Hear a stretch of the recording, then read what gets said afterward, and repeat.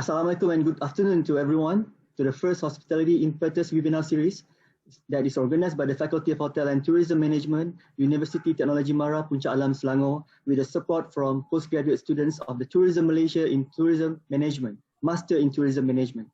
Let me introduce myself. My name is Mohd Raziff Jamaluddin from the Faculty of Hotel and Tourism Management, Universiti Teknologi is your moderator for this session. It is a privilege for us to welcome the industry practitioners, academia, students from Malaysia, Philippines, and Indonesia to the first series of the webinar. We received more than 250 registered participants.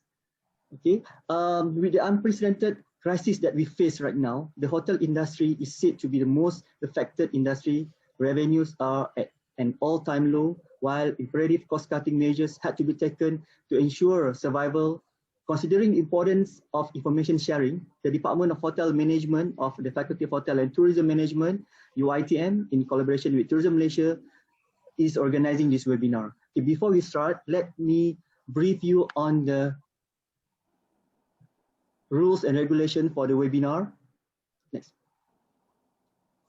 Okay, so this webinar is a 90 minutes webinar with no break between the session. For the participants, you can post your question in the chat box.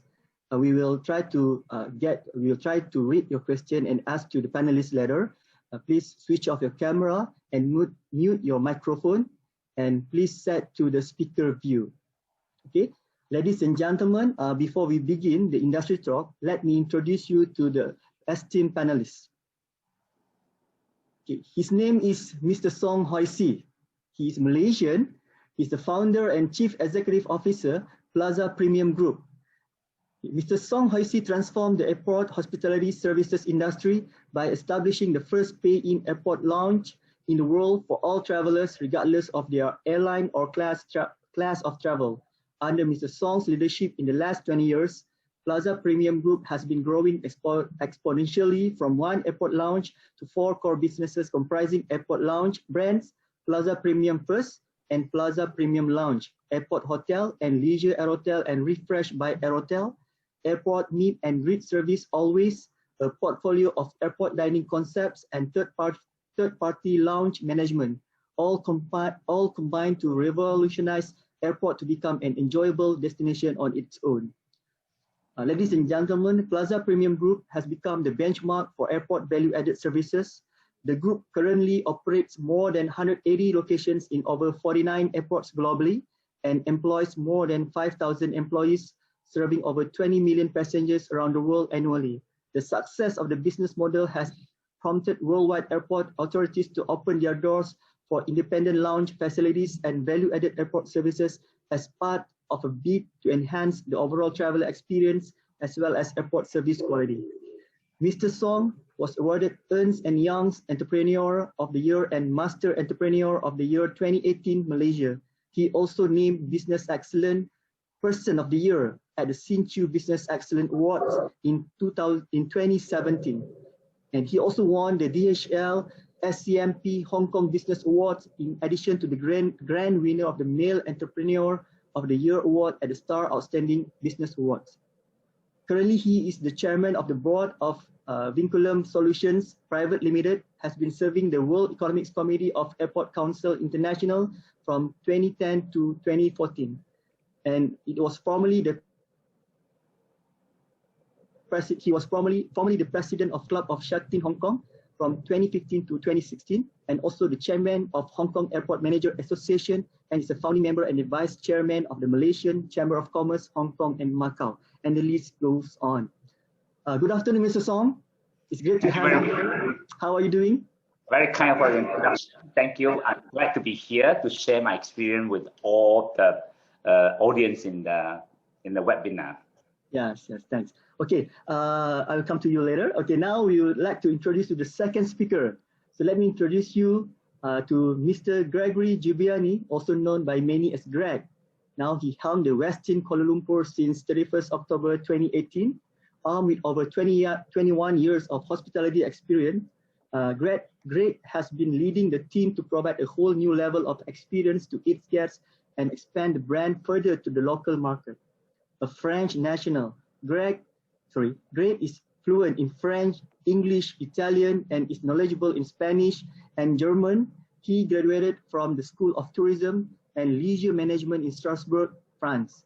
With rooms division background, Greg started his career as a resort host in an international 5-star luxury resort in the Maldives and moved on to be a front office manager in French Polynesia. Greg then joined Starwood Hotels and Resorts, now part of Marriott International, as front office manager at Le Méridien Nomie in 2004, New Caledonia, and then to the Westin Melbourne, Australia, where he evolved as executive assistant manager in charge of rooms. Greg took up a 7-month task force stint as acting general manager at the Westin Auckland, Lyra Quay, New Zealand. He then moved to Southeast Asia in 2011 by stepping into the hotel manager role at Le Méridien Kuala Lumpur before heading off to open Le Méridien Bali Jimbaran, Indonesia as its general manager. Young and dynamic, Greg was spearheading the Aloft Kuala Lumpur Central for 2015 to 2018 before venturing to the Westin KL. Greg's outstanding leadership has won him the Marriott International General Manager Leadership Awards in 2017. Greg was delighted to return to the Westin brand for the 3rd time. Greg quoted, "I'm extremely pleased to head the Westin KL, one of the key addresses in the heart of buzzing Kuala Lumpur. Westin is a brand that I enjoy the philosophy on well-being and a healthy mind for a healthy food." Incidentally, Greg currently serves as the chairman for the Malaysia Marriott Business Council as well. Greg favors a cup of coffee or several anytime during the day and enjoys a good squash game on the weekend. Okay, nice to hear that, Greg. Good afternoon, Mr. Greg. Thanks for joining us today. Thank you, Raziff. I like the part about young and dynamic, and about all that speech, the young and dynamic. I like it very much. yeah, that's the highlight of the introduction just now. Okay. To start industry talk, we all believe that COVID-19 had changed the way we do things, the hotel industry operated.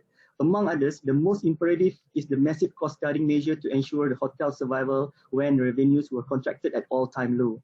As quoted by Deloitte 2020, the priority during COVID-19 was the crisis response and emphasizing health and safety, essential service, and the visualization of work and education. So to get the ball rolling, I would like to ask my first question to both panels. Maybe we can start from Mr. Song. How do you see the hotels industry overall performance to deal with this unprecedented crisis?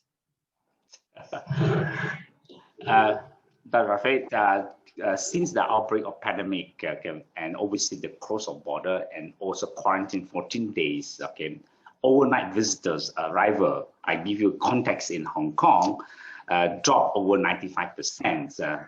Like I give you some statistics that basically you give some idea how in Hong Kong visitors, every year, in 2019, we are talking about over 20 million visitors. But in 2020, from March until now, they are less than 1.5 million. So the drop of over 95%, it's a huge drop. So obviously overnight visitors are definitely affected while airport. So it was an unprecedented challenge, to the hotel and to the hotel industry, and it's the biggest business that certainly the bigger hotels, has more challenge, more problem than the smaller hotel, and plus also the hotel with high gear and leverage hotel investment may resort to maybe something winding up. Even for, you can see that in Malaysia there's a lot of hotel for sales. I'm sure that in both Malaysia and Hong Kong, plus also notwithstanding the both Malaysia and Hong Kong, particularly Malaysia, the supply of the hotel room is much bigger, much more than the demand. So we are facing a challenge, facing unprecedented challenge in the industry. Certainly, I'm sure you all heard all those terms like, oh, we may have enjoyed like staycation, in-room dining, take away from a hotel. What they are trying to do is basically try to find other stream of the source of income just to sustain the hotel. It is very challenging for them. But to be frank, all those sort of a strategy they use is basically is not enough to cover their cost of operation. So you look at the hotels now, presently the average is doing about, even with that staycation, with all the sort of try to increase the number of people who stay from the local resident, average occupancy maybe 10 to 15%, which is not sufficient for them to cover their costs. So it is very challenging for them. But in order to survive, the hotel had to think out of the box, okay, and really had to be very innovative just to manage to survive. Don't talk about profit. Just surviving. We are, I think, in the hotel industry now, we are fighting for surviving. That's all we are facing in the present moment. Yeah, thanks for the input, Mr. Song. I would like to echo with the point that you mentioned just now on innovation to weather the crisis. And maybe Mr. Greg can also give your insight about these issues. You know, how the hotel industry overall performance during this 2020. Look, I think you know that as much as last year in Malaysia, 2019, I think was ultimately quite a strong year, right? I think in terms of visitors in Malaysia, I think was over 26 million, if I'm not mistaken, and I think that hotels occupancy was quite high. I know we ended up at the Westin over 84% occupancy last year, which ultimately was not bad, knowing that there's more supplies of hotels that keeps on coming. And when the situation hits ultimately the industry towards February and March this year, and really April, March onwards was when the first CMCO started, right? So a lot of different reactions came in from the industry. When you tell ultimately people, look, you cannot go out, you lock the borders, people start thinking, okay, for how long is it going to be? And look, it's been 10 months already when you think about it. So yes, it's quite a long period of time. Now, to what Mr. Song said as well is that I think the overall industry has been able to adapt quite fast in the sense of trying to source other types of revenues. Deals with Grab Food, with Food Panda, doing takeaways, which normally hotels always do a bit of takeaways, but you don't do it that much. Singapore has done it really extremely well. Okay, Malaysia has been a bit more delicate in terms of hotels takeaway. Restaurants takeaway, I think, works quite okay. Has been able to sustain some of the restaurant business. For hotels perspective, what has worked is that staycation, once the CMCO was relaxed mid of June, right? Staycations became key because people had enough of staying at home. You can be confined for a certain period of time. Once you can get out, the first reaction is that you go out. So resorts were taken by good occupancies, mostly on the weekends, city hotels as well. People wanted to experience something different than their own house, which is interesting. Usually you're always happy to go back home, right? Yeah. But for one, I think people had enough of the house and really wanted to get out and use hotels. The good thing, I think, that what comforted people in hotels is that there are standards in place, right? And that's something I worked with MAH, Malaysia Association of Hotels as well, and the Ministry of Tourism, is that there was this Clean and Safe Malaysia certificate put in place, right? That allows basically a third party called Bureau Veritas comes and certifies the hotel that they meet certain requirements and certain standards of hygiene and cleanliness, and I found that was something we did it at Westin, and I found that the questions asked were really specific to what hygiene and standards are in hotels. They've always been very important, right?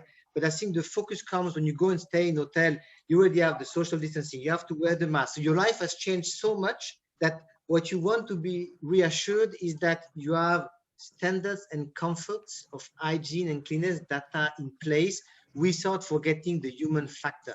And that's something that more than ever, the human factor makes a difference between my place and your place ultimately, right? Even if you wear the mask, the facial expression is still there. And I think that though performance of hotels has been very soft and everyone has been into survival mode, into animal mode, as I call it, right? The reality is that the people remain ultimately the most important parts in there. So what differentiates one performance to another is what people bring to the table. You know, supply will keep on increasing because there's more hotels coming up. You know, now the only thing that hotels have to adapt to is how flexible can you be. You know, how much do we want to keep people in the job, and that's where it becomes very delicate. How do you meet both ends, or even just one hand? We start talking about both hands. How do you meet just one hand, and what sacrifices do you have to do to retain maximum of people? And that's ultimately the difficult part when you link it to the performance. Great. I totally agree with you, Greta. I think people play a very important role in hospitality business. Okay, and plus there's another thing that I see what's happening in Hong Kong, which I'd like to share with you. Some of the hotels that obviously normal reactions when you have this kind of problems, hotel normally will look into cutting costs. That's it. But in the midst of cutting costs, you have to be smart enough so that you can attract people come to your hotel. Like for example, you want to emphasize in the F&B business. Okay, you know, a lot of hotels in Hong Kong, what basically they create one or two dishes. Maybe the cost of the production may be over 50% to attract people to come in.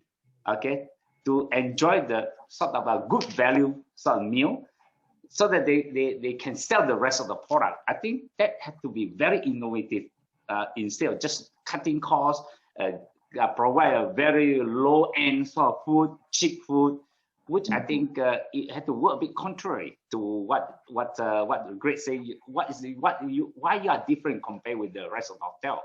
That is play very important. Other than people, I think you must put some sweetener, okay, on the table for people to come in to increase the other stream of revenue in F&B. Yeah, look, very true. And you know, expectations have not changed. If one thing, expectations have increased while your rates have gone down. So one will expect that, you know, I'm going to pay 300 ringgit for a 5-star hotel. Therefore, I expect my expectations to be at 300 ringgit. No, wrong. The expectations are of a 5-star hotel. So therefore, whatever you need to deliver is the same as it used to be, if not more, because on top of that, you've added a lot of new standards and restrictions, right? That ultimately it's not the fault of anyone. It's just the fact what it is nowadays with the situation. So you cannot offer a buffet ultimately and have half of the items on it because you're trying to manage your costs down. On the contrary, you must be sure your buffet is full and remains visually attractive to give value to the customer and say, look, you know, it's not because you might pay less now that they're going to give you less quality. You want to give the same quality, if not more. So when situation bounce back, people say, hey, I remember that hotel. I went there. I remember that restaurant. I went there. I remember that lounge. I went there. And you know what? They did really well. They looked after me in difficult times because people remember what works versus what doesn't work. So that adaptation is key. How agile can you be in flexing rather than saying, let's just cut costs and survive like that. Sometimes to make money, you get to spend money, even in difficult situations. And that's why, you know, you have to be open-minded and creative enough. In the right way, of course. Yes, I agree with that. Okay, maybe I would like to, Mr. Song can elaborate more on the point that you have mentioned just now on how do you think the way hotel players cope with the new normal? Because now we are in the midst of post-lockdown. So we are going to have maybe vaccine soon. Maybe people say that in the first quarter or maybe on the second quarter. But now, can you elaborate more on how do you think the way hotel players cope with the new normal? And can you suggest any specific measures that you feel currently lacking that require immediate action? Actually, if you ask any hoteler, okay, they will do a more long-term planning in terms of revenue. It's a long-term planning. They're talking about 1 year to 5 years. Okay, long-term planning. At this normal in this normal environment, I think long-term planning is very insignificant now. I think you have to put your energy, okay, in the short-term planning, and have to be sensitive to the environment changes because we are now in a very dynamic environment. Like in Hong Kong, this week we open up, next week they can close it down again, you know. So it's very dynamic. You have to plan yourself in the short term and also sensitive to the changes in the environment and so behavior of of the customer. But regardless anything, I think there are three fundamental things that a hoteler have to be observed, okay, in order to sort of show your differences compared with other hotels. I think there are three things: hygiene, safety, and security. Okay, these three things I think you really have to put in a lot of effort, okay, to ensure your customer that you are really taking care of it. Because look, to be frank, present moment everybody fears. Okay, security, for example, in Hong Kong, you know that we have staycation, and they allow a big group of people go into a room to have a party. Then you will mess up your hotel. Okay, the cost of sort of cleaning the hotel is not even enough to sort of enough to cover the revenue you receive. So safety is also very important. Okay, so I would suggest it, like for example in a hotel, a very simple thing: you get one security, okay, to guard in the lift before they go up to make sure that they are sort of being checked and the temperature being checked, and also they're not allowed too many people go up to the hotel. I think these are the three things is very, very important. Obviously, the hotel in the short term, okay, they have to, like I say, they have to find a new revenue stream, like for example, increase in F&B in order to be sustainable. And also, there's one thing, okay, I think hotels should do, okay, look for more long term. Hotels should use this opportunity either to do a renovation, maybe close it down and do a renovation, and do refiguring the number of people working in the hotels. Okay, maybe train people to be more multitask. Okay, and also the very important is that take this opportunity to do a digital transformation in the hotel, which is also very important for the future operation. Must remember, after post-pandemic, I think there is a huge structural change, because after consolidation, there's a huge structural change in the hotel industry. So you have to prepare yourself for that. So this, I think for short-term and long-term, short-term is more survival, long-term is more for prepare yourself for a structural change. Yeah, I like the way that you mentioned about the long-term or the strategic planning for the hotel, especially to weather the crisis now, as well as to plan for the future. But I'd like to ask this question to Greg. On how do you find this COVID-19 as the game changer for recruitment as well as retaining talent? Like what I mentioned by Mr. Song just now, refiguring as well as try to train the staff to be multitasking. So what do you think about this issue, Greg? So look, a couple of points, Raziff, in your question. I think you know that when we talk about recruitment, and look, and that's the reality at the moment in the market, right? So it's a blunt reality, but that's the reality. A lot of hotels have downsized. You know, when you move from 84%, 85% occupancy on the 500 rooms down to 0%, the reality is short-term survival. Look, you know that there's no questions asked about it. It's the toughest part of the job, right? Then the other reality is what you see long-term, 12 months, 24 months, 36 months. You know, people talk about vaccine and all that. As of now, it's not there yet. Only England has started officially. Some other countries potentially unofficially, but you know that's a different situation. So everyone is watching what one is doing, while ultimately you have to think, you know, how am I going to go back to a certain level of occupancy in the next 12 months? Not possible. 24 months? Yeah, okay. 36 months, most likely, right? However, in the meantime, what is important, we talk about training, you know, all these new norms that comes into place. Look, and Marriott has developed what is called the commitment to clean. We talked earlier about the Malaysia Association of Hotels, about the Clean and Safe Malaysia certificate. So all that requires training. You know, nowadays, the different ways, technology, like what we're doing today, having that kind of digital face-to-face meeting is something that maybe 6 months ago, 12 months ago, no one would have thought about it. People used to go, let's put 500 people in the ballroom, let's do a meeting, let's pack it, and it works, right? Now we've learned something different. However, a lot of PCOs in the industry have told us that you know, face-to-face remains still something important. Sitting behind a computer and seeing someone else, it's okay, it's fine for a couple of times, but the reality is that people will want to go and sit in a meeting room simply because A, the interaction you have, B, the fact that, you know, you're more concentrated. And that goes back to recruitment, that goes back to training. How you train your staff in the hotel ultimately to follow the right protocols, the new guidelines of protocols. Because remember, we're all humans. You tell a computer do A plus B, computer does A plus B. You tell a human do A plus B. Yeah. One day, okay, the next day it becomes A plus C. Don't know what happened to B.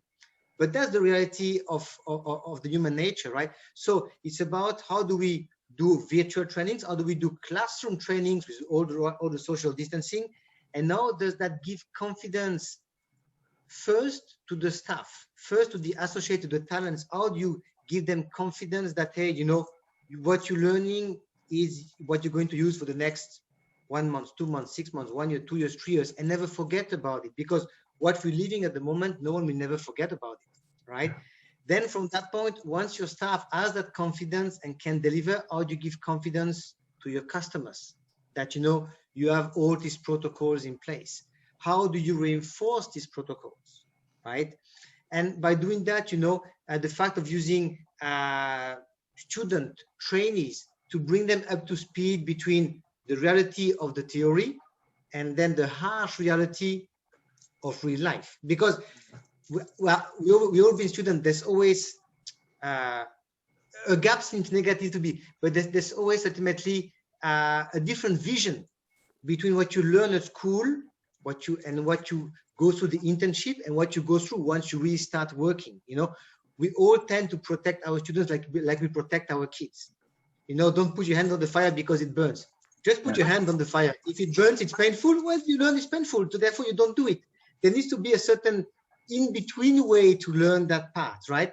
And I think the focus on training is about it, right? The focus on ongoing or future recruitment is going to be about it. And the problem is that because now everyone is desperate, right? The how do you call that?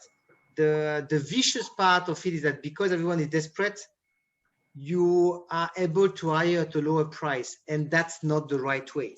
You need to pay for the right value, you know. And the problem is that because of that desperation, we run into a risk that to go down into a pit, and you don't recognize enough the skills, you simply look at money. And that's very difficult. Everyone who is into survival mode is into survival mode. So there needs to be at a certain point, a certain value established, right? And that comes from government assistance. Different countries have different steps in place. That comes from ultimately the educational part of it. And of course, we spoke a bit earlier before the conference, right? Hiring people, you know, internships, that's something that is wonderful. But, you know, we don't have to fall into the part of, I'm going to subsidize manning with students. It doesn't work like that. Hey, we all do it. That's the reality of the business. Let's be honest on that one. But, you know, we need to be smart enough in doing it properly. We all need to learn. We all need to face the reality of the job, but there needs to be a structure behind it and beyond it more now than ever, right? And I think that once we get into this new year, once we get into the next 6 months, potentially we talk about our vaccine are going to change, and if it is really effective, you're going to see a wave of traveling again. You're going to see a wave of recruitment again, right? You just need to be sure that it's done smartly, for the right reasons, rather than just saying, you know, people want to work, I'm gonna use that as a key factor, which is not true. People need to work, is true, but you pay people for the right value. You don't underpay them because you can do it. And that's where there's a thin edge and a thin borderline. So the recruitment has been done in such a way where the employer and the employee, or the recruiter and the candidate, you know, there needs to be a reality in terms of the job you're going to do. And there's no, how to say that, there's no dirty job in hotels. There's no dirty job in any industry. And I will tell you, the toughest job in the hotel, if you're a room attendant, you know what? It's a tough job. If you're stewarding, it's a tough job. If you're the guys who clean the sewage, it's even a tougher job, you know? And until you've done it, you need to appreciate that part, right? Yeah. So let's not forget where we came from, because that allows you to bring a certain value, a certain eye ultimately to that part of recruitment and that part of training. And from a retaining perspective, you know, everyone always wants to return internally because you're always afraid that someone's going to leave and is going to go somewhere else. Yeah. But you know, be it from Mr. Song's perspective or be it from my perspective, we are large industries, and the focus should be, if I cannot develop you in my little unit, I want to be sure you get developed within the company. So I retain you as a talent, right? And this is something that most of the time we don't understand because we are a bit selfish. I want to keep you here because I know what you're doing, therefore I don't have to train someone else to do it. But that's not how we need to look at it. We need to look at it from, you're good in what you do, great. Let me give you opportunities to enhance your career within the company because you become plug and play, right? And then let me get someone else, and I keep on doing that circle. So you keep on developing talents in the sense of what a real talent is, rather than, you know, trying to keep it for yourself and ultimately losing value at the end of it. If that makes sense. I would like to ask the same question to Mr. Song, because you operated more than 40 airport hotels in the world. And do you see that this COVID-19 as a game changer for recruitment and retaining talent, looking at the way lounge and airport hotel is concerned? Yeah. Reality is that with this normal situation, obviously, owner of a hotel like me definitely face a huge challenge in cost cutting in order to survive in this new normal situations. And also maybe I need blunt to say that this is an opportunity for employer to segregate between people who have passion, enthusiasm, compare, okay, with people who just do the job for the job.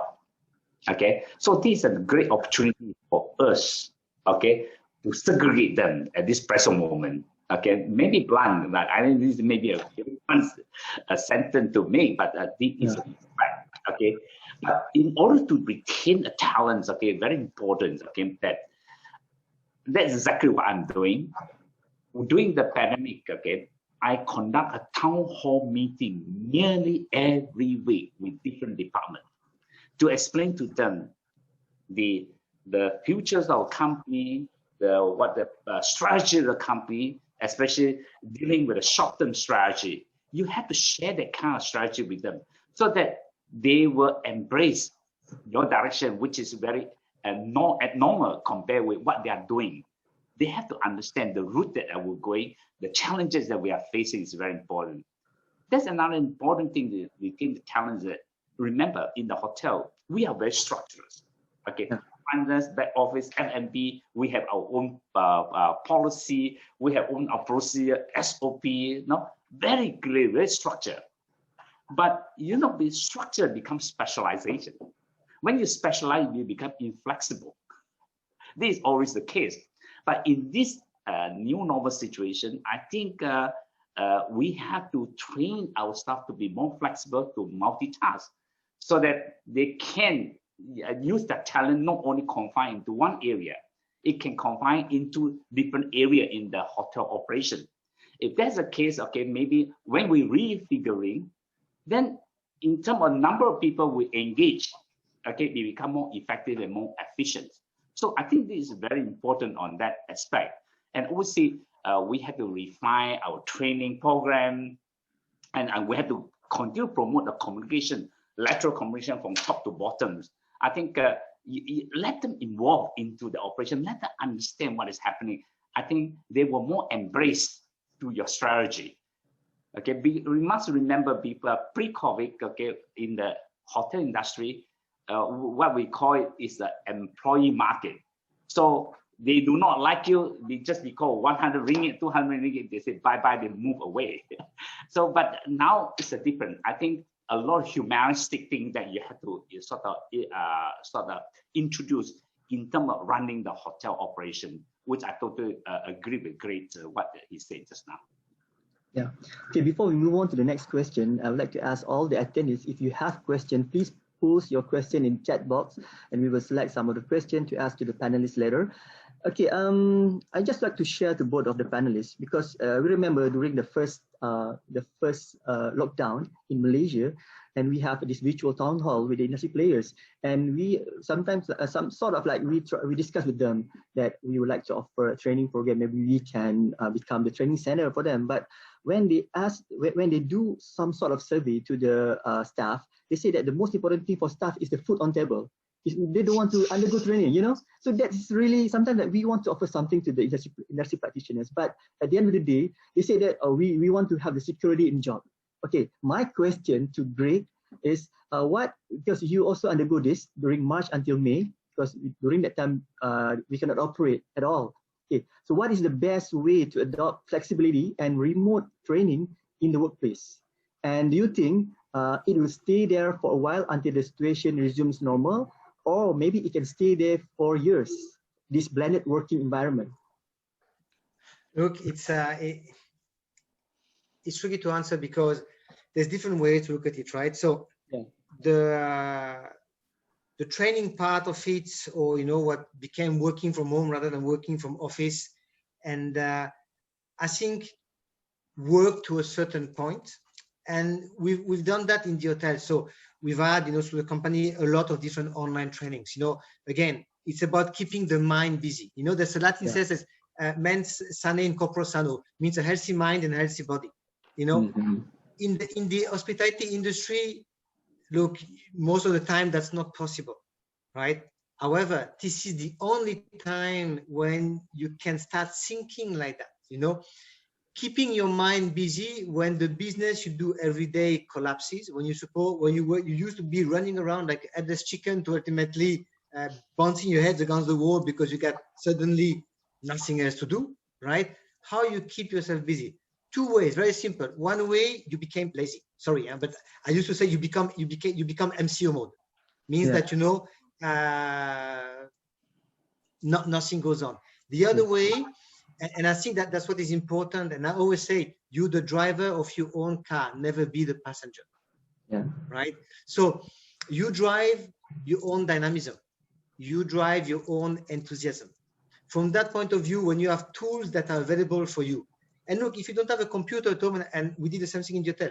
We have computers in the hotel, come and do your training in the hotel, no problems at all. There's space, there's no one to disturb you.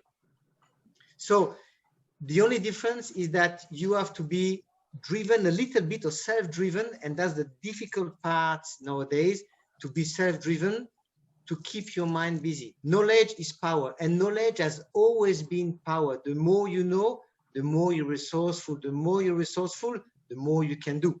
The more you can do, the more you put yourself in the spotlight. There's no secret. In any industry, I believe it works the same way, right? And if there's one time where you can really learn something, it's nowadays. The difficult part is that it's through a screen, it's through a computer.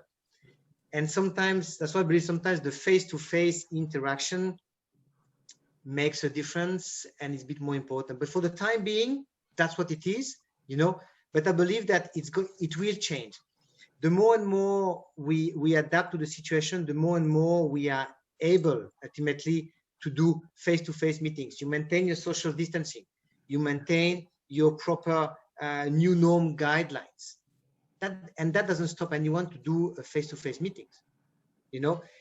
People will still need to travel again. People will still need to live again. You cannot just remain confined for the rest of your life. It doesn't work like that, right? Yeah. So I think that part of working from home, or how do we look at the workplace, it's temporary. Yeah.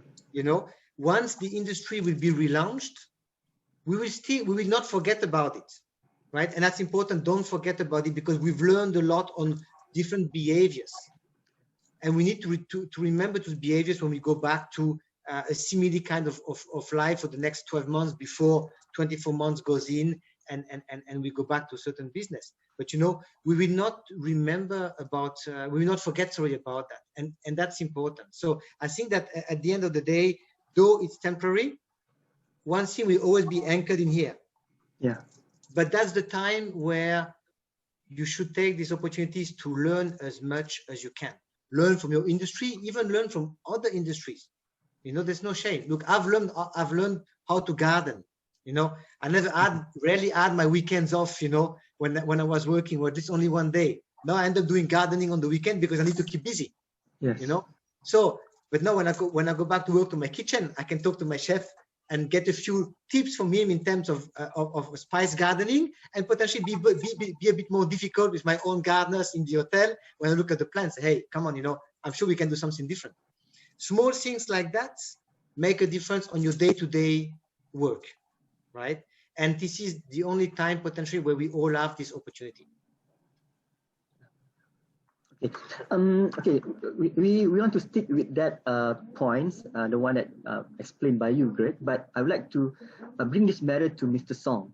Okay, so now let's look at the other perspective, the academic. You know, the way we teach the students in the higher educational institutions. So now I'd like to share with you the majority of the final year students during this pandemic has to undergo open and distance learning for maybe 2 semesters up to 3 semesters, and maybe up until graduation. So if let's say they graduated later, so what will be your strategies to absorb them in the workplace, especially your role to instill knowledge or skills like communication and teamwork that are lacking during the studies, Mr. Song? Okay, I think address the reality in the market itself first. In these normal situations, new normal situation, I think employee will be less enthusiastic to take internship or trainee. Okay, for present moment, even they are managing the existing sort of permanent staff. Hello, is it drop off? Yeah. Are you still there?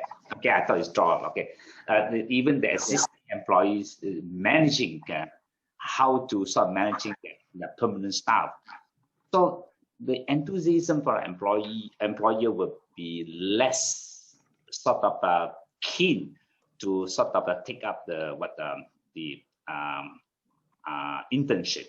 Okay, but however, I think this very, very important.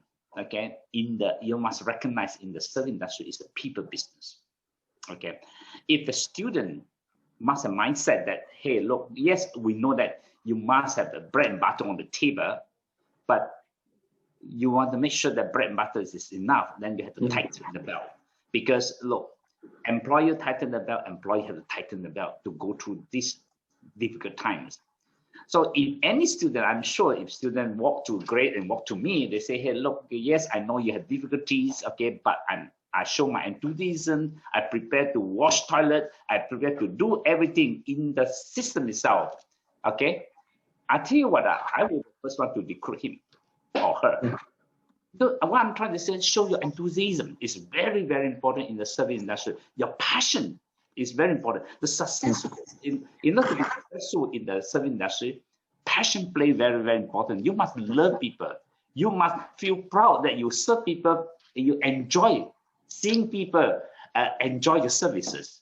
That's a passion we're talking about. If you don't have that passion, I tell you, you're going to have a lot of challenge in this industry, this new normal situation.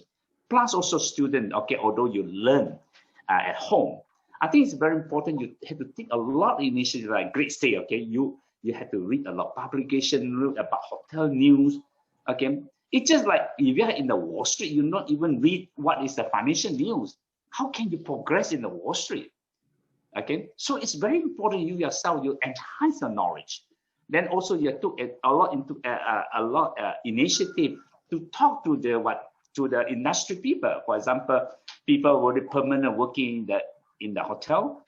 Take your initiative, go and knock at their door and talk to them. I'm sure they're more than happy to share their experience with you, what they've gone through present moment. I'm sure those people in the hotel industry, again, they have that kind of love and passion to share their experience with anybody, especially like Greg said, you will start from the bottom to the top. Yes. They have a lot of things to tell you, a lot of things that you can learn from them. Yeah, I would like to learn from Greg too. Yeah. Okay, because I think this one is more profound, or maybe like to the current, to the local segment of the local scenario. Maybe Greg can also explain about this. Like the strategies for you to absorb them, because I think most likely after this pandemic is over, maybe after 2021, then you will see them. They will come to your establishment and ask for a job, looking for a job. So what will be your ideas, or what will be your strategies to absorb them? Be some of them, because you know that they undergo this training, do this open and distant learning. Yep. So look, I think the way the industry goes, it's there's going to be whatever can be digitalized nowadays is going to be digitalized, right? So there's going to be a set of skills required for anything that relates to technology, right? Not just in hotels, but ultimately everywhere. Right, so there's going to be a different set of skills required. Some now, some when the industry starts again. But when someone's going to come to the door and say, "Look, hey, I'm looking for a job," what I've seen over the years is two different steps.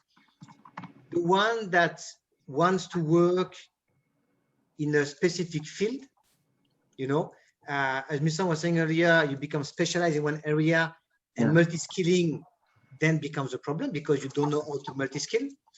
And that's what trainings at school are really important, because when you do an internship, 3 months, 6 months, 1 year, and you have a chance to go through most of the departments of the hotel. And remember, we spoke earlier, the hospitality or the hotel industry is the only industry in the world where you have so many different core jobs. You can start a room attendant, go to stewarding, be a butcher. You can end up being ultimately a director of sales and marketing. You can end up being a CEO. There's so many opportunities, but you always remember where you come from. Everyone wants to be the king and the queen of the world. Look, and that's great to dream that high. But the reality, you must start at some point somewhere. You don't become a carpenter or you don't lead a construction team if you don't know how to pour concrete, how to make concrete. Makes sense, right? Yes. So I think that there's going to be two types of ways hotels are going to be looked at. One is going to be, what is your attitude towards the job? Look, it was already extremely difficult to get people who want to work in hotels. Realistically, who wants to work in a place that operates 24/7 and is not an hospital, right? Who wants to work in a place where you don't get your days off on the weekend? You work on public holidays, you work on Chinese New Year, on the Ramadan, you work on Deepavali, you work all the time, right? If your mindset is not ready for that, hotels, it might not be the right industry.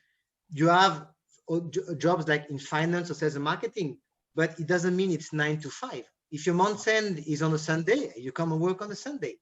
So this part is important for everyone to understand. Once you understand that, then every job is open. Skills can be taught to everyone. It might take sometimes a bit longer, depending on the field you get in. However, if you have the right attitude, and I don't know, at least we always hire for the attitude part of it. Don't get me wrong, your experience is important as well, but someone who comes with no experience, the conversation goes around, what do you understand about hotels? Which part of the hotel do you feel you fit in? You want to work into engineering? Great, no problems at all. We give you the opportunity. You want to be a kata in the Chinese kitchen? Great, we give you that opportunity. You want to be behind the work? We train you for that. You want to become director of sales and marketing? All opportunities are available. But remember, you drive your car. No one else drives the car for you. Otherwise, you never get anywhere. And I think that's something that was happening before when I used to recruit people, and when I will recruit again, it's going to be about the same. When we do the orientation in the hotel, it's a key point. You learn, of course, about the brand, the company, and all the basic stuff.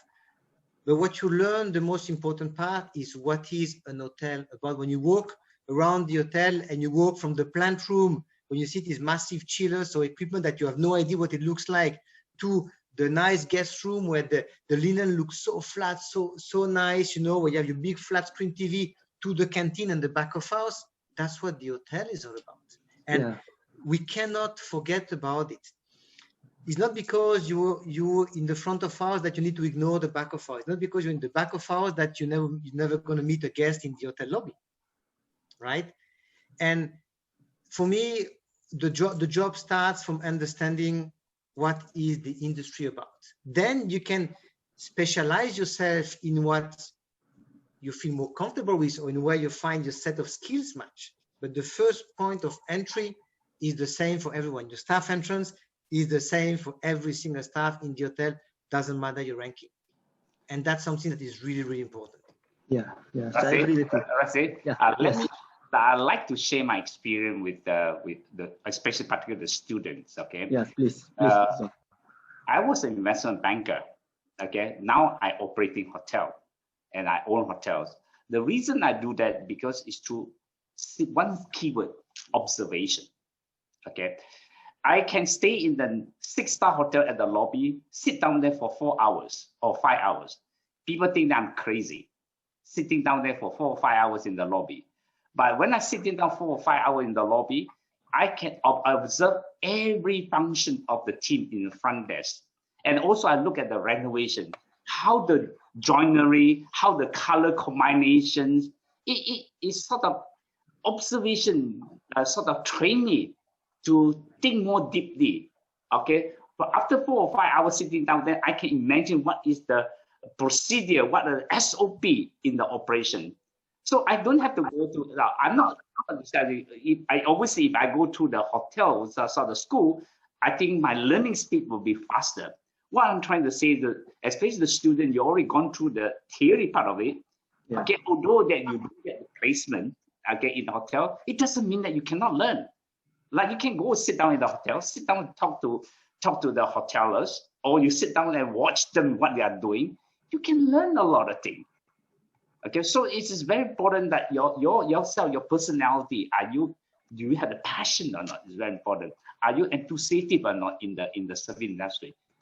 That is a key thing. Yes, thank you. Okay. Actually, we received lots of questions in the chat box, but I'll try to sum it up because actually it carries same meanings.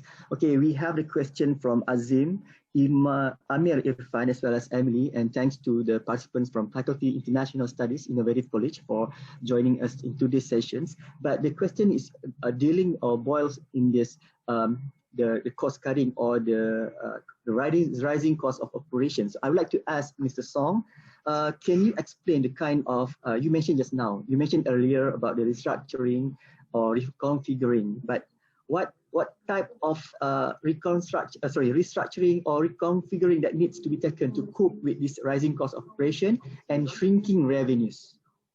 Mr. Song. Okay, in order to do that, I think one operator in hotel must able to project or predict what is going to happen after this post-COVID. For sure, okay, post-COVID, the whole industry, it will go through a serious restructuring, okay? And the structure of the way they operate with the help of technology, it will be very different compared with before. So this is very important that the hotel owner must go into deeper to see how you have to visualize what is going to happen. And in fact, some of the hotel, like for example in Shanghai, Alibaba started a hotel where it's all using technology. You can book through your website. You can check in without anybody taking care of you with the face recognitions, so that you can enter your room.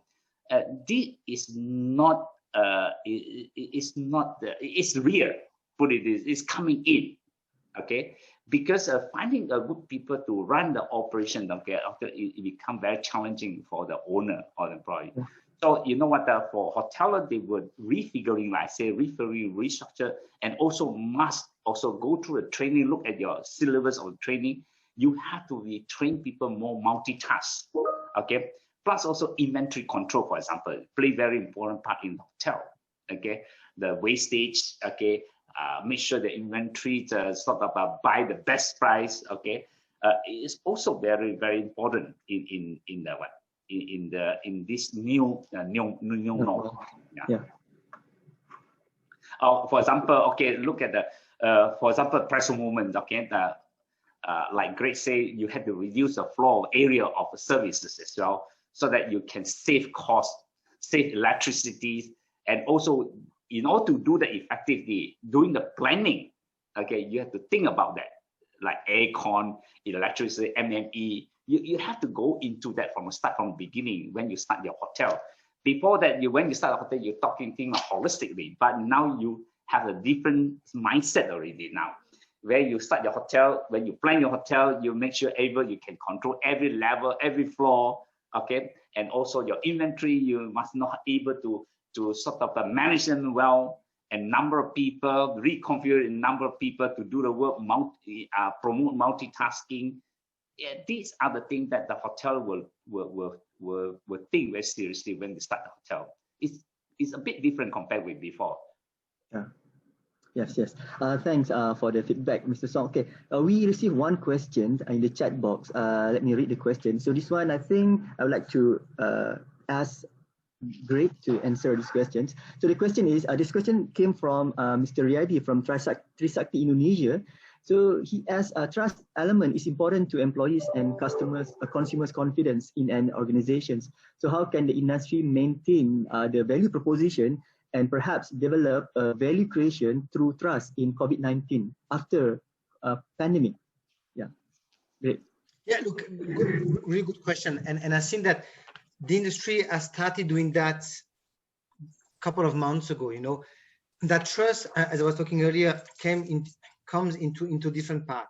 One is how well you've trained your teams to do the right thing by the new norm, and how well you've observed that they've done it properly. You know, training is training. I can tick the box, I can be certified. Now, when I'm on the floor and I use, example, my electrostatic sprayer, I use my chemicals, do I know how to use it properly? Do I know what is the right PPE to have? Once I'm confident and I do it properly, people around it will see, right? So your customers come into the hotel, they will see how well, for example, we have here at the hotel, we have plexi counters, plexiglass screens around the counter, right? So something very basic, is your plexiglass screen clean? You know, it sounds basic, but believe me, it's not as easy as it seems. You know, do you have, are your sanitizer dispensers full? You know, if someone comes, they want to sanitize the hand, are they full? So all these small touches gives the confidence ultimately to the staff and to the customer as well. You know, then how do you regain confidence in the majority of customers to come to your specific hotel? You know, we've done a fair bit of videos in the hotel, putting in action our own stuff. You know, videos can be very serious in terms, this is the new norm, this is how we do it, or can be a bit more fun, talking about, you know, this is what we like to do, this is who we are underneath the suit. Ultimately, we all the same, huh? At the end of the day. So the confidence comes from, first, how well you train your staff, how well you are trained, how well you are self-disciplined, and how well you follow the rules in place, you know, to ultimately show that to your customers and be able to explain to your customers, hey, why every hour do we go and disinfect the lips? Why every hour do we go and clean the handles? Why every hour do we do that? Why do we wear the mask? How can we provide assistance with something that used to be done in such a way prior and now needs to be done differently? Why do we have social distancing? All this is what everyone should be able to explain. It's easier said than done at the end of the day, because that's the reality of the world we live in. But a lot comes from rehearsal, a lot comes from repeating, a lot comes ultimately from communication. Earlier, Mr. Son talks about doing town hall on a weekly basis. And that's the way you keep in contact with your teams. That's the way you keep on sharing what's happening. No need to hide what happens in the company. Everyone knows, believe me, everyone knows that, you know, financially, the money doesn't fall from the sky. And if it does come from the sky, it means something is going wrong above there, right? So being open and being honest with your teams is the most important. Everyone understands, you know, from the moment people come to work, they earn their life, they understand the value of money, they understand the value of paying bills. If you don't tell them the truth in terms of how is your bank account in the company at the end of the day, and you're not honest with your teams. Everyone goes through a situation together. You don't go through individually. So no point hiding. Tell the truth, build the confidence in your team, in how well they understand the business. And that's the important part of it, is be honest in what you do, and that honesty builds the confidence. Great. I totally agree with you on what you said, okay, in running the service industry. Very important, apart from that, enhance your training with the new environments, okay, and plus I think it's very important, the town hall meeting communication is super important. I even tell my people, though yes, I have 180 outlets worldwide in 49 international airports and hotel as well in many countries. I told my senior people, if I'm being owner, if I go to that country and that country manager and the staff begin to very tense, say the owner is coming, then it's my failure. Yeah. I will tell them that they must welcome me and they're looking forward for me to come in, because you know what? I empower them to do things. They will do as what it is, whether I'm there or not.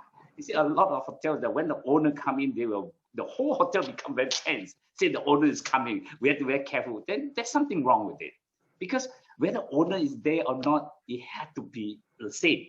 Okay, it has to be do the same thing. It's not the owner there, then when you walk away, it went back to the status quo. Yeah. Yeah. Okay. Before we move on, we have this one question from our friends from the Philippines, Rin Liam Santiago. We'd like to ask. I think this one I'd like to ask to Mr. Song. He's from Far Eastern University, Philippines. He asked, what would you advise to the small hotels and establishments that shut down or cease operation due to pandemic, and they want to reopen again after this pandemic over? Yeah. Any advice from you? Maybe you can motivate them. It is a very, very, very tough question to answer, because you know what, at this present moment, even myself who do not know what's going to happen. Like, even though, okay, everybody looking for vaccine, is that everybody says that when the vaccine comes, the thing will go into normal. But you know, there are so much political sort of issues in the world where nobody dare to tell you, nobody dare to say, okay, what is going to happen in next few months? Although, yes, there's a light in the tunnel, the vaccine is coming out. Even different countries, different vaccine, people sort of come up with news that there's certain vaccine is not confident compared with the others. These are very political, very political. So obviously, before you open up, when you're small hotel, I think very important, like I said, the refiguring, retraining, look into your costing sort of the structure. I think before you open, look into that. Okay, but obviously, if you are high gearing, obviously the rental and the service of interest will really kill you for time being. Because, like for example, in Hong Kong, the rapport of the hotel costs about maybe $400 to $600. Okay, the 5-star maybe 600. Now, present moment, okay, the revenue per room in average is talking about 400 to 450 Hong Kong dollars. They not even cover the rapport for time being. So it is very challenging. Even the big hotels are very, very challenging. So in order to sustain that, you really have to refiguring. I'm not discouraging, but obviously, like Greg said, I've been telling people, saying, I said, as long as a plane flying in the air, my business will be okay. If the plane is not flying, I'm in trouble, and hotels in trouble as well. So hopefully that thing will slowly changing. And obviously now domestic, if your customer is more domestic, it's still, that's a better hope. Like my hotels, we're taking care of domestic. Like for example, my hotels in the Beijing, okay, I'm now running at 90% occupancy. Okay, compare with some of them that are only running about 10 or 15% occupancy. If you're taking a domestic market, obviously it's different. So it's very hard for me to give you advice on it, but I think it's very important you yourself have to look into your operation costs and also refiguring the number of people that you require to operate the hotels again. Yeah. Okay. Before we jump to the next question, I would like to ask all the attendees to fill in the feedback form that's available in chat box. I would like the point that mentioned by Greg just now. So it come to realization and reflection for all of us here. And you mentioned just now about the value creation should start from within.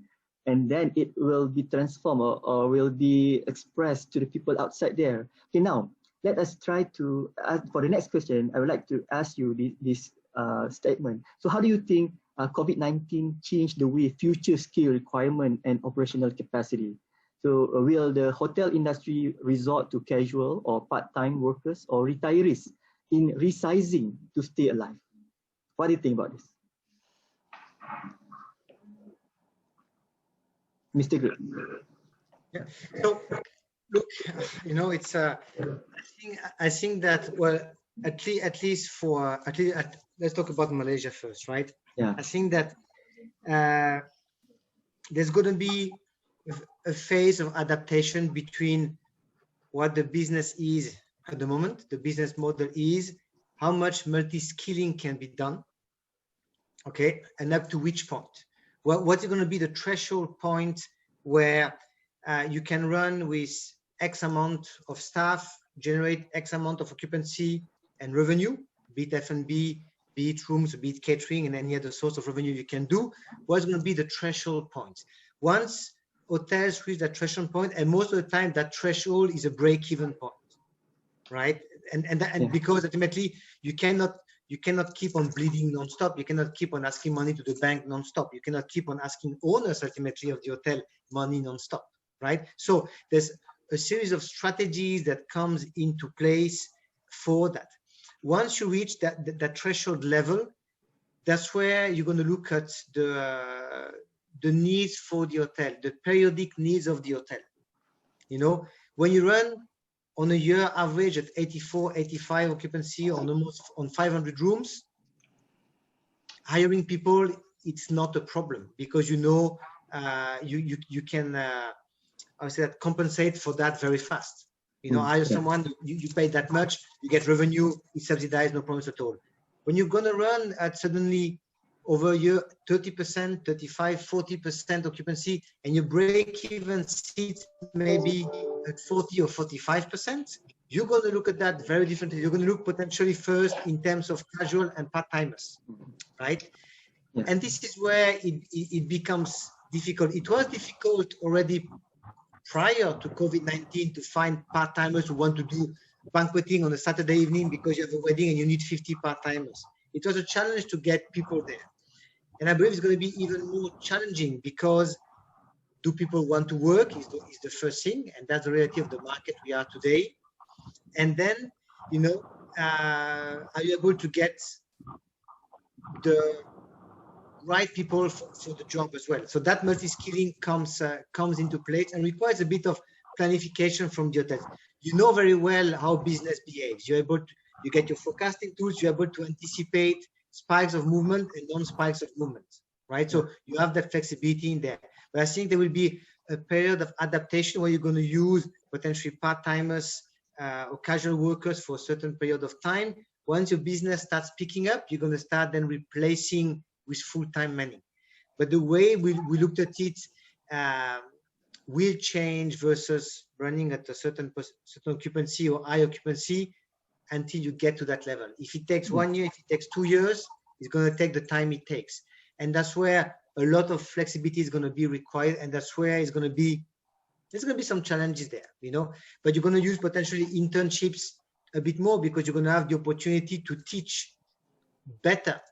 Remember, when your hotel is busy all the time, you take internships, the student has a chance to learn, but you might learn not the same way than if you come now into a hotel where you might have a chance to see more the hotel in all its different in different ways, the good, the bad, and the ugly, because that's the reality of hotels, right? So I think there's going to be a lot of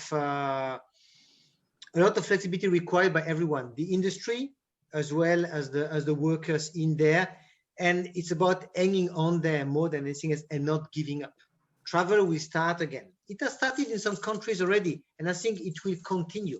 Yeah, it's just about, you know, a matter of time, a matter of patience, and a matter of, you know, sometimes, you know, having to hold tight to it. Yeah.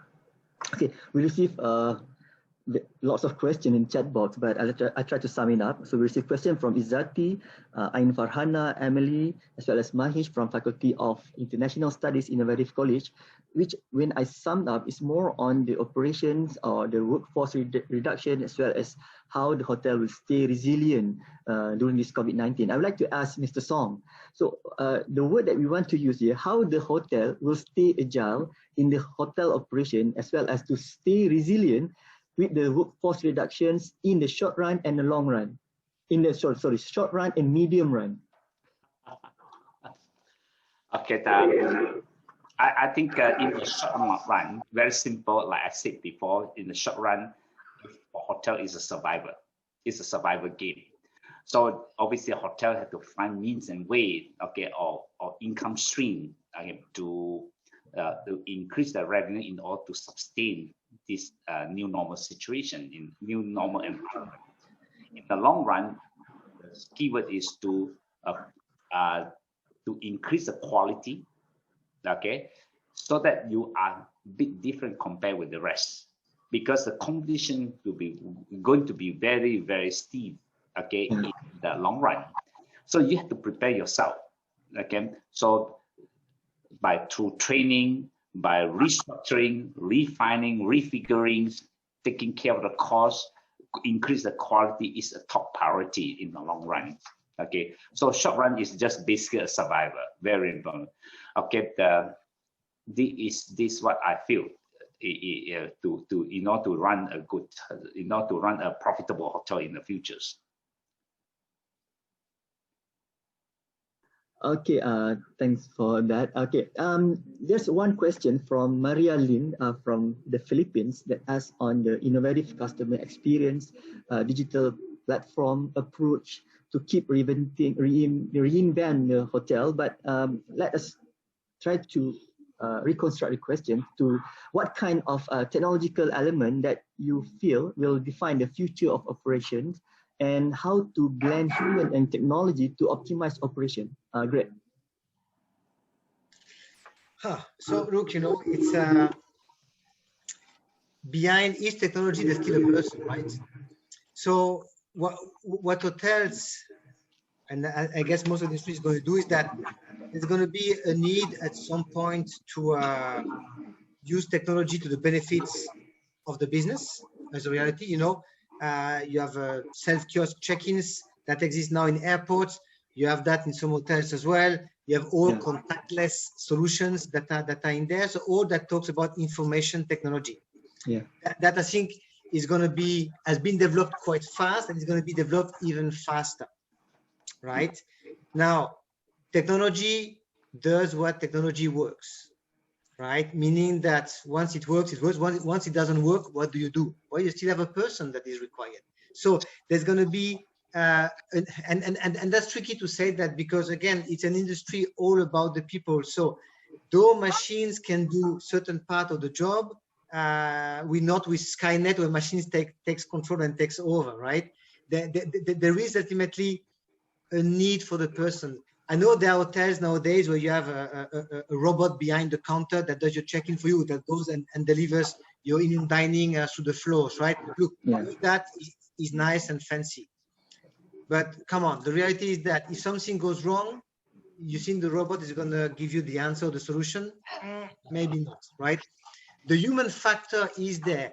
And be it in hospitality, be it in restaurants, be it in lounges, the first point of interaction is you, the human, you with your smile, with your mask or without your mask, you with the energy or enthusiasm you have, or the passion you have for the industry.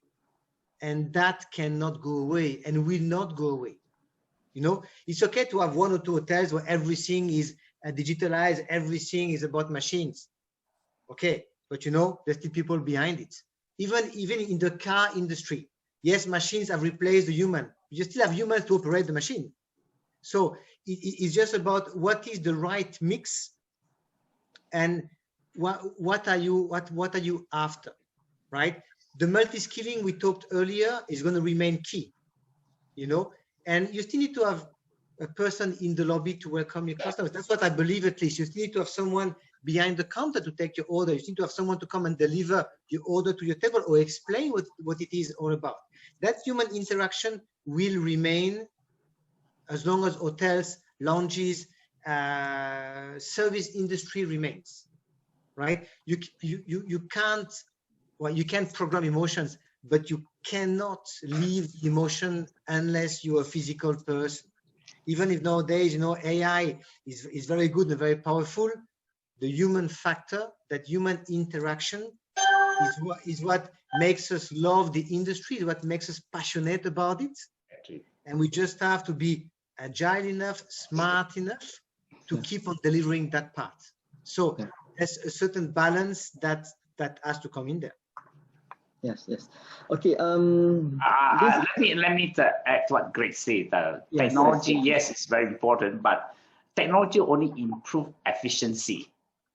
Okay, for the service to be effective, you need human being. Okay, so human being play very important role. So that's very important to encourage the student. You have to increase your you must have that kind of the passion, flexibility, increase your knowledge. You definitely you can be used in any other place other than hotel if you have that. Minute. Okay. Thanks, Mr. Song. Let's conclude the discussion for our talk today. Before we end, can we have the final words from both panels on the outlook of the hotel industry in 2021? Maybe we can start from Greg. Oh, look, in 3 weeks we're in 2021, right? So, yes, yes. So we have 1 year. We talk about the crisis. Now, look, the outlook, it's very hard to predict the future. You know, even if you're clairvoyant, you know, hopefully you're a good clairvoyant.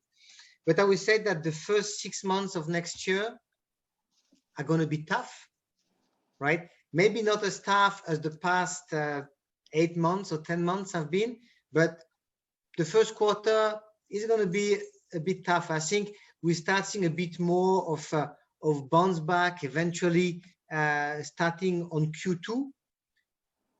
And I guess the aim.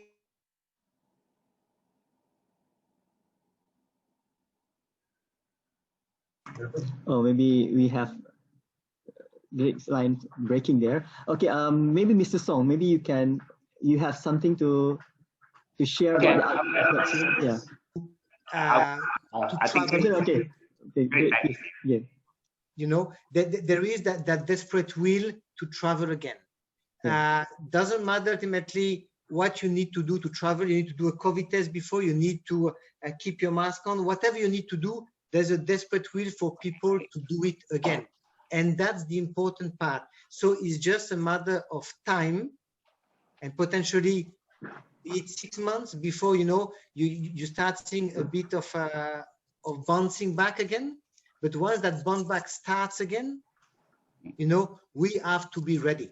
We have to be ready to welcome these customers. We have to be ready not to forget what we've learned over the past 12 months. And we have to be ready to, you know, retain the customers. And most important, retain your talents, retain your staff, develop your people. Because without your teams, you're nobody. A team of one doesn't exist. Yes. Yeah, thanks, Greg, for that outlook. Mr. Song, your final words for the outlook for next year. I think I'm very optimistic towards okay. I think for time being, obviously, we had to segregate, like you say, short term and long term. Short term, I think for hoteliers or even people in the hotel industry, you have to be sensitive to the environment and the consumer behavior, changes in the consumer behavior. It's so dynamic. So we have to be very sensitive and we have to move faster than them. You know, to move faster than them, you have to be observant, you have your full knowledge, and you must have a sort of understand the evolution of the industry. In the long term, at the end of the day, okay, any service industry, top quality will prevail. So you have to spend a lot of time to improve the quality in terms of training, in terms of retain talents. Okay, for the student as a whole, I want to encourage all the students, if they are there, say service industry, although yes, you study the sort of the hotel hospitality industry, don't be discouraged, although you think the hotel industry is a bit weak. But I tell you what, at the end of the day, people will have to travel. People will go out. You cannot stay in the house for long term. So, but as long as you shape up your talent, okay, you put an effort, enhance your ability, enhance your personality, and you still have the kind of passion. You don't necessarily have to end up in hotel. I'm a banker, I end up in the service industry. You can do a lot of things in the service industry. When most importantly, you must have a talent. Most importantly, you must prepare to learn. Most importantly, you must prepare to be taken advantage by other people. See, the trouble with the student, when people take advantage on you, ask you to do more things, then you try to reject. You never learn. Like Greg said, you must learn how. I think Greg started with cleaning the toilet. Up to now, he became a manager. I'm sure he's gone through a lot. I think he cleaned toilet better than anybody in here. Yeah. So very important. You must prepare to learn. You must prepare to go in down to the pull up your sleeve and work for it. And you can be more flexible. Yes. Yes. Thanks, Mr. Song, for the final words. Before we end the session, so we have our Deputy Dean for Research and Industry Linkages, Associate Professor Dr. Muhammad Hafiz Muhammad Anafia here. So can we hear final words from you to close the session? Over to you, Dr. Hafiz. Thank you very much, Dr. Raziff, our moderator. Hi, I think we have two interesting panelists today. And thank you, Mr. Song, and also Mr. Gregory. It seems that Mr. Greg, you are in Kuala Lumpur right now. Yeah, great. And Mr. Song, I believe that myself, Dr. Raziff, and also Mr. Ismawi is one of your, I would say, patron for your premium. Yeah. Thank you. I have a lot of bosses around. But again, I'm just, I would like to send the thanks from the Dean. I mean, he cannot manage to be in this event because he has a lot of end of the year meetings, as you know. And I would like to thank Dr. Raziff as the MCs, and I think I can see Dr. Ismawi as our head of program. And I was with them earlier this morning. They were very, what we say, interested to have the session earlier. So we will start, we were all up and ready at 10 o'clock in the morning. Making sure the program runs well. And I believe that, Dr. Raziff, you did a very good job. And the sharing session from Mr. Song and Mr. Greg was very interesting. We love to hear things, real things, yeah, real life things that matters with our industries from our industry player. And for UiTM, we are very proud to have you here. And to the participants, thank you very much for supporting us. And I can see a lot of actually questions raised up by them, which is actually quite interesting and pertinent to the current issues. Again, I pray that COVID-19 will go away, and the lagging effect of COVID-19 will also go away as fast as they can. And I would like to approach Mr. Song, and I think for Mr. Greg, we are working together closely with Marriott Internationals, that group, and hopefully that we can have another session, maybe particularly on certain matters in hotel management and operation. Anytime.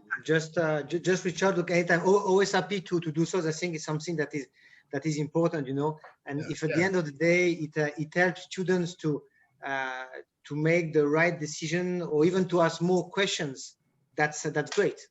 Sure. Yeah. I think Maui is already planning in his head where visiting. And Mr. Song, hopefully when the borders are open, I will definitely come and visit you together with my team. Yeah.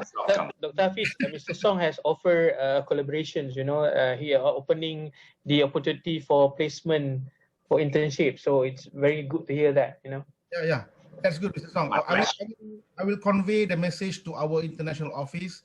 and I hope our relationship will prosper in the future. And I think that's all for today. I would like just to thank all the participants, and I believe that there will be another series with another group of speakers, and we will see what happened next for tourism and hospitality industries, especially in Malaysia and globally.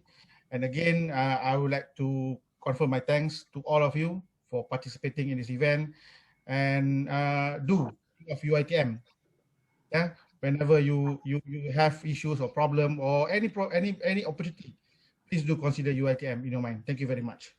Okay, thanks, Dr. Hafiz, for a very encouraging words to all of us, the organizer. I have organizer in front of me here. You cannot see it. Okay, this is for your information. This one is the brainchild of the head of program studies, which is there. Mr. Ismawi. Maybe you want to say something. Final words from you, Mr. Ismawi. Your brainchild. No, just a short speech, for a closing one. Thank you so much, Mr. Greg and Mr. Song. It's really a pleasure and honored to have you guys here, and to have hundreds of participants to get. Yes, I can see lots of questions. Maybe later we will harvest all these questions and try to produce and to try to contact the panelists to at least get some insight on that, and we will convey back to the participant. We have your contact number and also email. We will definitely in contact with you. So the next session will be January or February, I guess, the second January. one. So please look forward to that. We will advertise the programs, and we will also have a line of a good speaker for the next one. But for this one, so thank you so much. Thank you, Dr. Raziff, for taking the challenge and also the position that I offer to you. Thank you so much. Okay, so thanks to Mr. Ismawi. Okay, thanks again to Mr. Song and Greg for the great sharing that has enlightened us with new perspective. I would say that I come to realization and reflection. There are so many things to do for us, especially the academic as well as the industry players and the students who were here throughout the session. And it also gives us a sense of optimism to deal with the unforeseen future. Before we close the session, let us all turn on the video. Let's have a virtual photo together. So can we arrange for now? Let us, everybody, please wave. Please give a round of big applause to Mr. Song and Mr. Greg for very nice inputs. Everyone, please.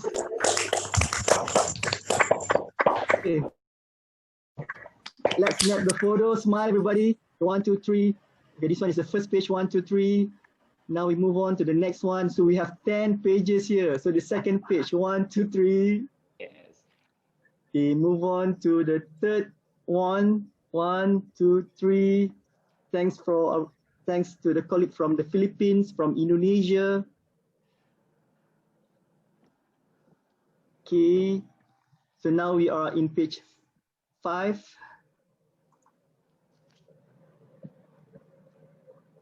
Okay.